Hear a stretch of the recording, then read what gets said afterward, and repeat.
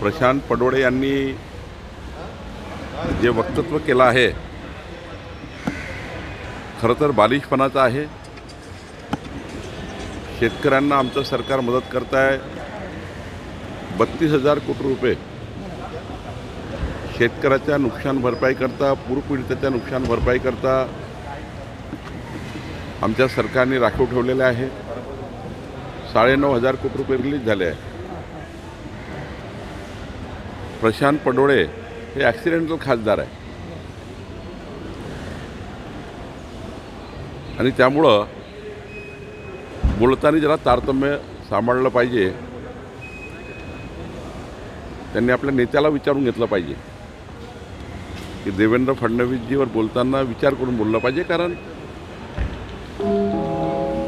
पहिल्यांदा ॲक्सिडेंटल खासदार झाल्यामुळं आणि काही त्या ठिकाणी प्रगल्भता नसल्यामुळं, कुठलीही प्रगल्भता नाही आहे आणि त्यामुळं प्रगल्भ व्यक्तींनी एखाद्यावेळी बोललं तर ठीक आहे, पण असे लोक बोलतात हे बालिशपणाचे लक्षण आहे। शिंदेचे आमदार प्रकाश सुळे म्हणाले की मराठी आमची माय असली तरी हिंदी आमची मावशी आहे। म्हणजे माय मिली तरी होत चालेल, आहे, माय मिली तरी चालेल, मावशी जगली पाहिजे असं, म्हणजे मराठी मिली तरी चालेल पण मावशी जगली पाहिजे हिंदी असा नाही। काहीतरी पुन्हा एकदा संभ्रमाचं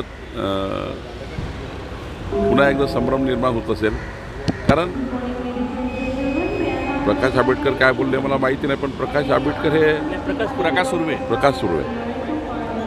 सुर्वे तर मी काही ऐकलं नाही, त्यामुळं मी प्रवासामध्ये होतो, त्यामुळं मला एकदा बघावं लागेल काय बोलले आहे। सर, 13 वर्षाचा मुलगा बिबट्याच्या हल्ल्यामध्ये मरण पावला, पुण्याजवळ मंचर येते, पण त्याचे अजूनही अंत्यसंस्कार केले नाही, कारण वनमंत्री गेलेले नाही आहे, गावकरी सांगतात। वनमंत्री का गेले नाही असा प्रश्न आहे। नाही तर वनमंत्र्याकडे नक्कीच त्या ठिकाणी तिथल्या अधिकाऱ्यांनी कळवलं असेल, पण दुर्दैवी आहे आता जे प्राणी आहे बिबटे, वाघ हे गावाकडे यायला लागलेले आहेत, कारण जेव्हा नागपूरमध्ये बघा, आपण चंद्रपूरमध्ये बघा, अमरावतीमध्ये बघा, हे प्राणी आता गावाकडे यायला लागले। त्यामुळे याचा काहीतरी कायमस्वरूपी उपाययोजना करण्याचा आमचा निर्णय सरकारचा आहे। मागच्या वेळी नागपूरमध्ये पारशिवनीमध्ये अशा प्रकारच्या घटना घडल्या, तर आम्ही AI च्या माध्यमातून त्या ठिकाणी कॅमेरे लावले, त्या ठिकाणी त्या लोकांना जेरबंद करण्याचा आम्ही प्रयत्न करतो आहे। गावाकडे वाघ किंवा बिबट्या आला तर त्याला तातडीनं वन विभागाला कळवून त्याला जेरबंद केलं पाहिजे, अशी काही व्यवस्था आपल्याला मंचरला उभी करावी लागेल, त्याही भागामध्ये उभी करावी लागेल।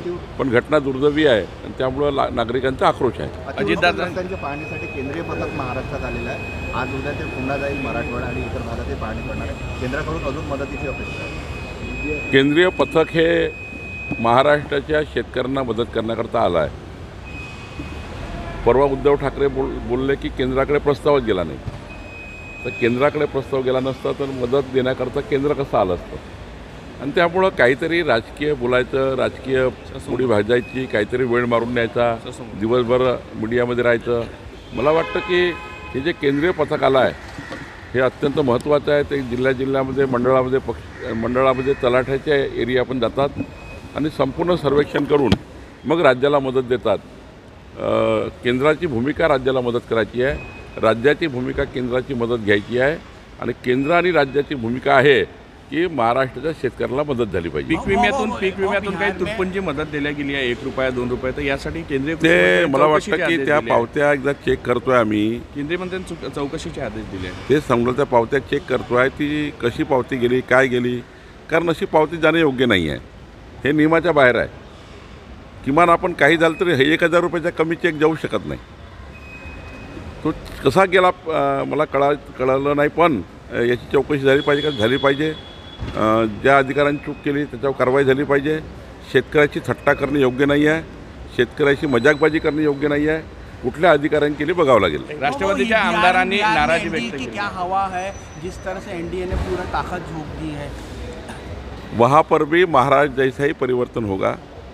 महाराष्ट्र में जिस प्रकार से जनता ने माननीय प्रधानमंत्री मोदी जी के मार्गदर्शन में हमें वोट दिया है, देवेंद्र फडणवीस जी की सरकार बनी है, ऐसा ही परिवर्तन, बड़ा परिवर्तन और बड़े वहाँ पर अच्छे वोट्स बीजेपी अलायंस को मिलेंगे।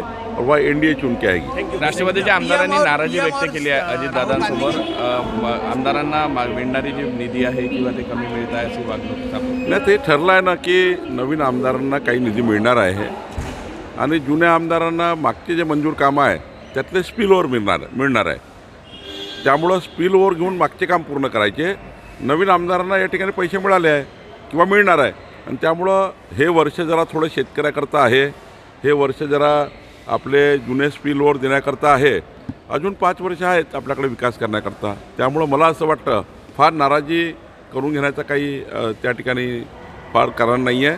आमचे मुख्यमंत्री अजितदादा एकनाथजी बसतील आणि मार्चपर्यंत योग्य निर्णय करतील. सर बिहार चुनाव मोदी वर्सेस राहुल गांधी हो रहा है, ऐसा पूरा बिहार में जो इस तरह यहाँ भी हुआ था, महाराष्ट्र में भी क्या हुआ, चुनाव के बाद राहुल गांधी भाग गए, विदेश चले गए.